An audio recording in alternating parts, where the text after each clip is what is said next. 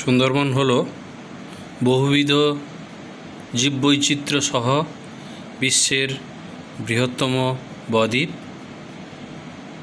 ভারতীয় অংশে 102খানি দ্বীপ রয়েছে, যার মধ্যে 54টিতে মানুষ বসবাস করে, বাদবাকি ম্যানগ্রোভ অরণ্য রয়েছে।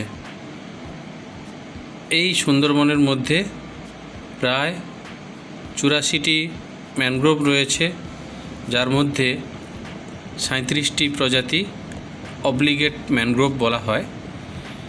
শৈবাল প্রায় 150টি প্রজাতি, ফাইটোপ্লাঙ্কটন 102টি প্রজাতি, এবং যেটা দেখা গেছে সুন্দরবনে প্রায় 1692টি প্রাণীর প্রজাতি রয়েছে, যার মধ্যে 1104টি অমেরুদণ্ডী, 106টি প্রোটোজোয়ান এবং 482টি মেরুদণ্ডী প্রাণী রয়েছে।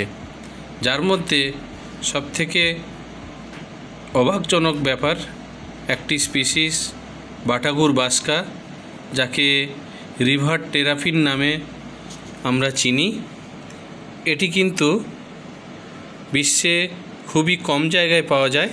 তার মধ্যে সুন্দরবনে একে দেখা যায়।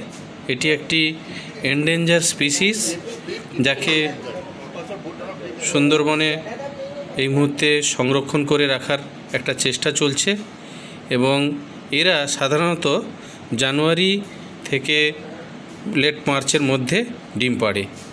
এদের সংরক্ষণ করে রাখা খুবই প্রয়োজন এই মুহূর্তে।